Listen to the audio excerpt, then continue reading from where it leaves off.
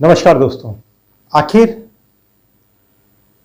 कैसे कोई इंसान लगातार असफल होने के बावजूद भी अपना दृष्टिकोण नहीं बदलता, अपने जज्बे को कम नहीं होने देता और एक दिन इस दुनिया पर राज करके दिखाता है। आज मैं जिनके बारे में आप लोग को बताने जा रहा हूँ, उस इंसान ने जीवन में लगातार असफलताएं देखी, कदम कदम पर नई चुनौतियों का सामना किया, लेकिन अपने जोश में बिल्कुल कमी नहीं आने दी और दुनिया में वो कमाल करके दिखाया जिसकी शायद हम और आप कल्पना भी नहीं कर सकते। और वो इंसान है होंडा कॉरपोरेशन के मालिक सोइचिरो होंडा। हम में से कई लोग सोचेंगे, अरे इन्होंने ऐसा क्या कर दिया, होंगे किसी बड़े घराने में, आराम से एक फैक्ट्री लगाई, मोटरसाइकिल बनाना शुरू किया और देखते ही देखते सफल हो गए। पर ऐसा कुछ भी नहीं है दोस्तों। इनका जन्म एक बेहद गरीब परिवार में हुआ था। जैसे तैसे करके घर का गुजारा हो जाता था, लेकिन सोइचिरो होंडा बचपन से ही कुछ कर गुजरने की तमन्ना रखते थे। वे लगातार इसके बारे में प्रयासरत रहते थे। जब वे अपनी किशोरावस्था में आए तो उन्होंने ठान लिया कि उन्हें ऑटोमोबाइल सेक्टर में कुछ करके दिखाना है। अब ये होगा कैसे? इसके लिए वे एक इंजीनियरिंग कॉलेज पहुंचे। वहां रहने के दौरान उन्होंने उस समय की कारों के लिए एक नए पिस्टन का डिजाइन तैयार किया। अब पिस्टन का डिजाइन तो तैयार हो चुका था, लेकिन सवाल यह था कि अब उसे लेगा कौन। यही सब सोचकर ये उस समय की सबसे बड़ी कार निर्माता कंपनी टोयोटा के पास पहुंचे। इन्होंने अपना प्रेजेंटेशन दिया, अपनी डिजाइन उनको दिखाई। इनके डिजाइन देखने के बाद टोयोटा वालों ने उस डिजाइन को रिजेक्ट कर दिया। लीजिए साहब, पहला ही प्रोजेक्ट फेल। खैर, सोइचिरो जी थोड़े से उदास हुए और अपना डिजाइन वापस लेकर आ गए। लेकिन उस फेलियर की वजह से लोग इनका मजाक उड़ाने लगे। जहां से गुजरते लोग इनकी हंसी उड़ाते कि देखो, ये बहुत बड़े साइंटिस्ट बनने चले थे, टोयोटा जैसी कंपनी को अपना पिस्टन का डिजाइन बेचने चले थे, आखिर फेल हो गए।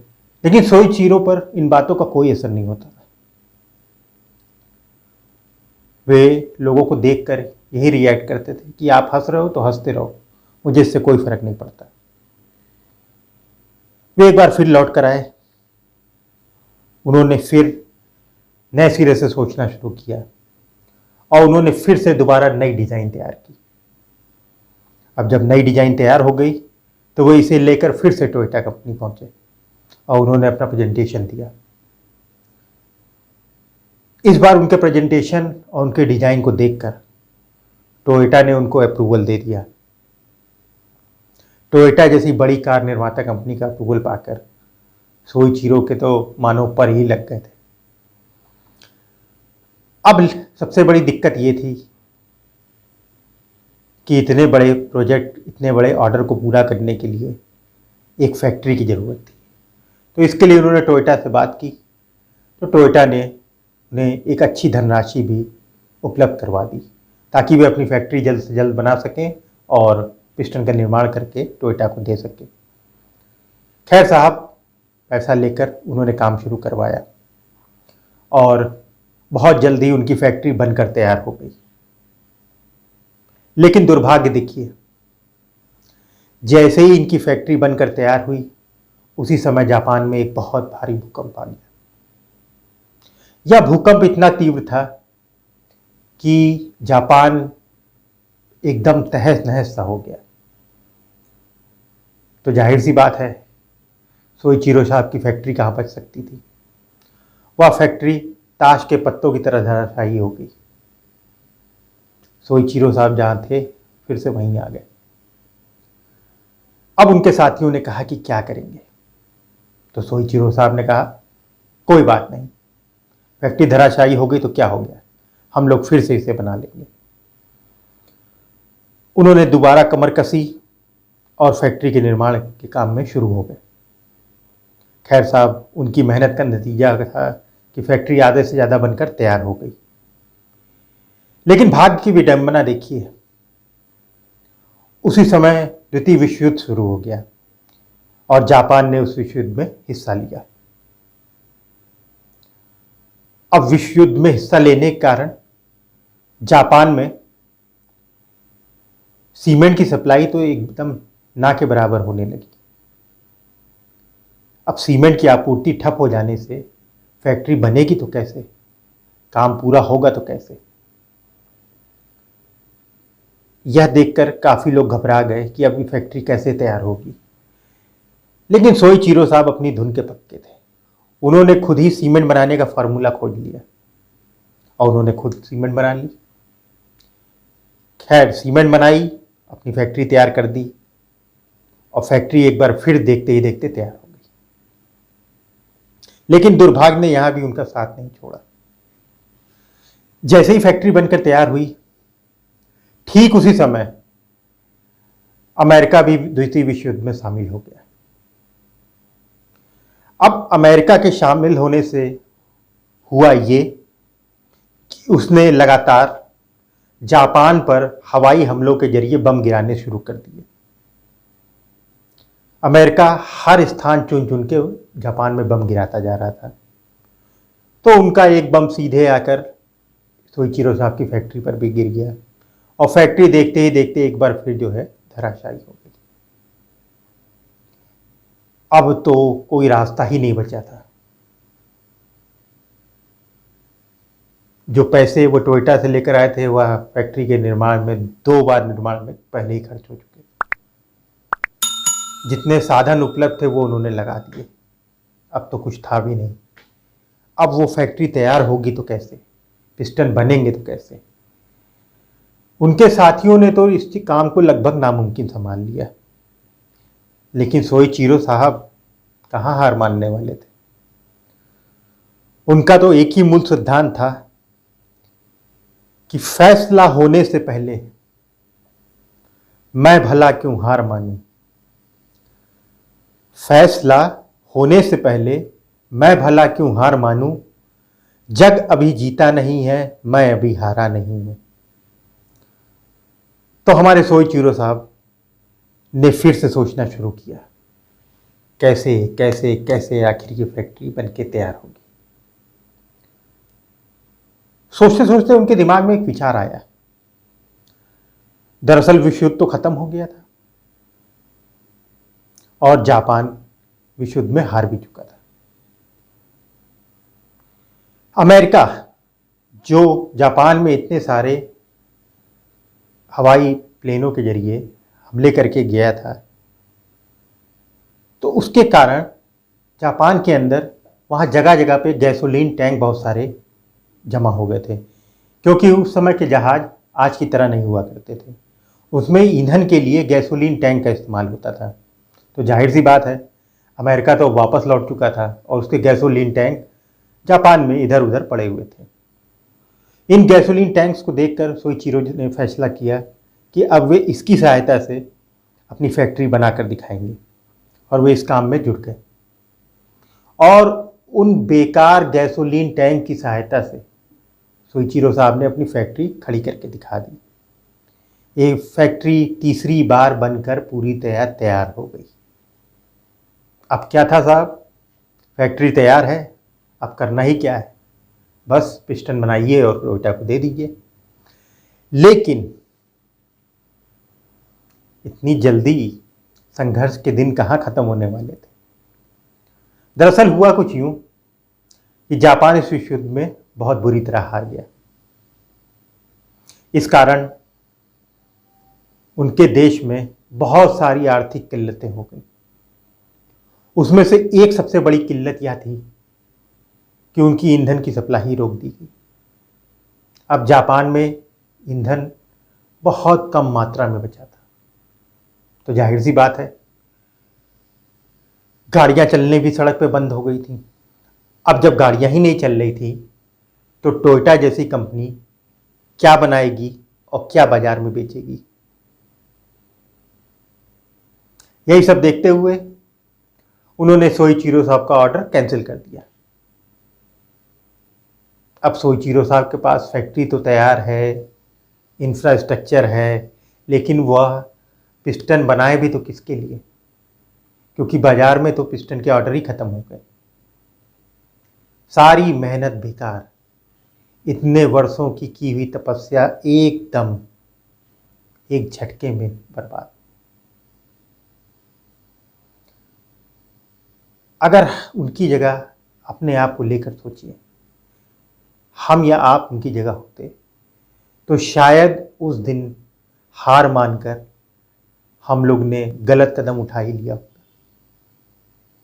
हम में से बहुत से लोग तो शायद डिप्रेशन में चले जाते या घबरा कर आत्महत्या ही कर लेते। लेकिन सोइचिरो साहब का इरादा पक्का था। उन्होंने ठान लिया था कि मैं कुछ ना कुछ करके और बन के दिखाऊंगा। खैर साहब, काम पूरी तरह ठप, फैक्ट्री पूरी तरह बर्बाद, नया कोई प्रोजेक्ट नहीं, पैसा पास में नहीं। दिन गुजरते चले गए। सोइचिरो साहब सोचते रहे कि अब क्या किया जाए। एक दिन वे साइकिल से चक्कर लगा रहे थे, तो साइकिल चलाते उनके दिमाग में एक विचार कौंधा। उन्होंने सोचा कि इस समय जापान में कारें तो चलना लगभग ना के बराबर हो गई हैं और लोगों ने साइकिल का प्रयोग बढ़ा दिया है, तो क्यों ना इस साइकिल में मोटर लगा दी जाए कि इंसान को बैठे बैठे बिना पैडल मारे ही कहीं भी पहुंचने की आसानी हो जाए। खैर साहब, विचार दिमाग में आते ही सोइचिरो साहब इस काम पे लग गए। उन्होंने सबसे पहले अपनी साइकिल में एक मोटर फिट की और मोटर के जरिए उस साइकिल को चलाया। वह साइकिल हवा से बातें करने लगी। अब तो वह जहां भी जाते लोग सिर्फ खड़े होकर तमाशा देखने लगते। धीरे धीरे यह बात उनके आस पड़ोस में हर जगह फैल गई। अब उनके संगी साथी, उनके दोस्त, उनके पड़ोसी सब उनके पास आने लगे और सब यही कहने लगे कि मेरी भी साइकिल में मोटर लगा दो। सोइचिरो साहब ने अपने स्तर से लोगों से थोड़ा बहुत पैसा लेकर करीब 20 साइकिलों में मोटर लगा दी और अपने ही आस पड़ोस वालों को, अपने दोस्तों को दे दी। यह सब करने में सोइचिरो साहब को एक बात तो समझ में आ गई थी कि मोटर वाली साइकिल की इस बाजार में जबरदस्त डिमांड है और यह डिमांड कभी रुकने वाली नहीं, क्योंकि यह कारों के मुकाबले बहुत सस्ता है और हर इंसान को अपने समय की कीमत पता है, इसलिए यह फार्मूला जरूर हिट हो जाएगा। लेकिन साहब, उस समय जापान आर्थिक तंगी से गुजर रहा था। अब इस काम को कामयाब बनाने के लिए सबसे बड़ी चीज़ है इंफ्रास्ट्रक्चर और पैसा, जो कि दोनों ही सोइचिरो साहब के पास नहीं रह गया था। अब उन्होंने सोचना शुरू किया कि वे अपने इस सपने को साकार कैसे करें।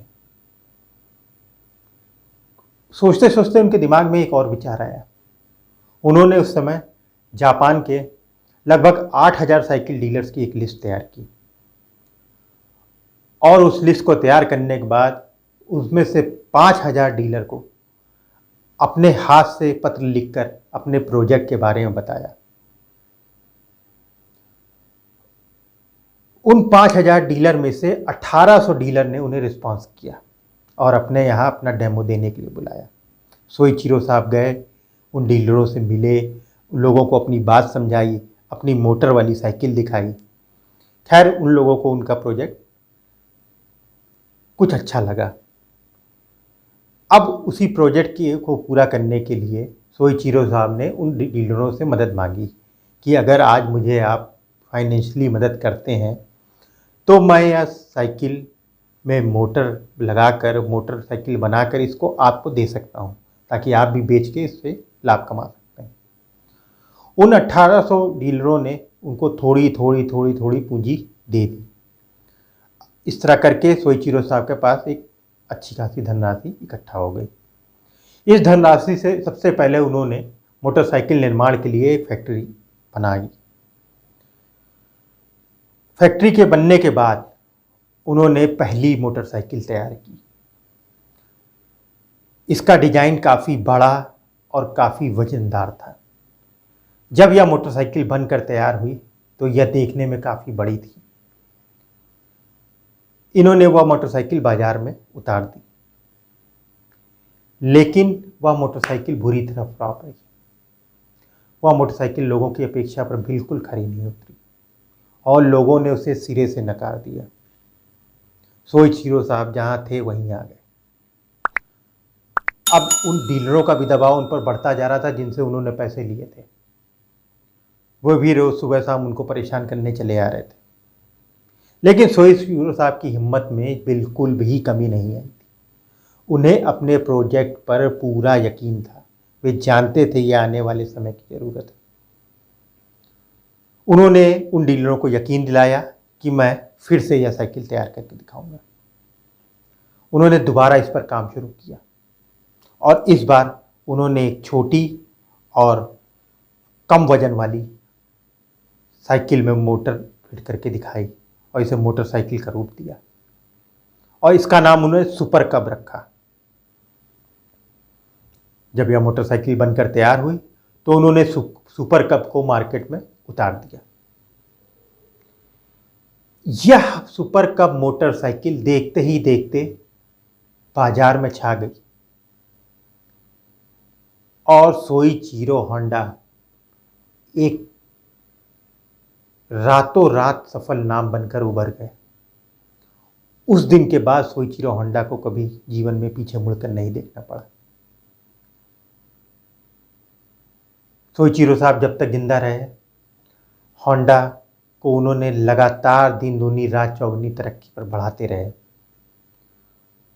उनकी देखरेख में ही सोइचिरो साहब के जीवित रहते ही इस कंपनी में लगभग 1 लाख लोग काम करते थे और आज कितने काम करते हैं इसका तो हम आप अंदाजा भी नहीं लगा सकते। पूरे विश्व में होंडा कॉरपोरेशन ने जो धूम मचाई, जो नाम कमाया, जो इज्जत कमाई, अगर सोइचिरो साहब ने वो सपना नहीं देखा होता तो आज हम और आप इस मोटरसाइकिल से नहीं चल रहे। लेकिन उनकी लाइफ में स्ट्रगल, विफलताएं एक के बाद एक आती ही चली आ रही थी, पर उनकी ही हिम्मत और इंथुजियाज्म का नतीजा था कि उन्होंने कभी हार नहीं मानी। हम सब शायद उनकी जगह होते तो 2 या 4 अटेम्प्ट के बाद सरेंडर ही कर देते और कहते ना, अब हमसे ना हो पाएगा। लेकिन ये सोइचिरो साहब की हिम्मत का ही नतीजा था जो आज उन्होंने इतिहास में अपना नाम स्वर्ण अक्षरों में दर्ज किया। दोस्तों, गंभीरता से सोचिए कि सोइचिरो साहब में और हम में क्या अंतर है। मेरी नज़र में सफलता के लिए 2 चीज़ें बहुत अहम होती हैं। पहली है इंस्पिरेशन, दूसरी है एंथुसियाज्म। अगर हम में इंस्पिरेशन है कि हम कुछ कर गुजरेंगे तो यकीन मानिए दुनिया की कोई ताकत हमें आगे बढ़ने से नहीं रोक सकती। साधन और संसाधन तो अपने आप बनते चले जाते हैं, लेकिन हमें असफलताओं से डरना ही नहीं चाहिए और नए जोश के साथ हर चुनौती को पार करने के लिए, हर चुनौती को स्वीकार करने के लिए हमेशा तैयार रहना चाहिए। मेरा तो यही मानना है दोस्तों, जब तक हम या आप स्वयं से हार ना मान लें, हमको आपको कोई हरा नहीं सकता। इसी पर किसी ने क्या खूब कहा है, मंजिल मिल ही जाएगी भटकते ही सही, मंजिल मिल ही जाएगी भटकते ही सही, अजी गुमराह तो वो हैं जो घर से निकले ही नहीं। तो दोस्तों, घर से ना निकलने वाली भूल ना करिए। अरे एक बार कदम बढ़ा कर तो देखें। चुनौती तो सभी की ज़िंदगी में उतनी ही आती है, लेकिन सफल वही हो पाते हैं जो 10 बार असफल होने के बाद भी 11वीं बार प्रयास करना नहीं छोड़ते। दोस्तों, यही एक छोटी सी कहानी थी सोइचिरो होंडा की, जिसने मुझे लगातार इंस्पिरेशन दी। हो सकता है इस कहानी को सुनने के बाद हम में से कुछ लोगों को इससे कुछ प्रेरणा मिल सके, तो मैं समझूंगा मेरा उद्देश्य पूरा हो गया। तो चलिए, आज की वीडियो में इतना ही। मिलते हैं एक नए वीडियो में किसी नए किस्से के साथ। तब तक के लिए बाय बाय।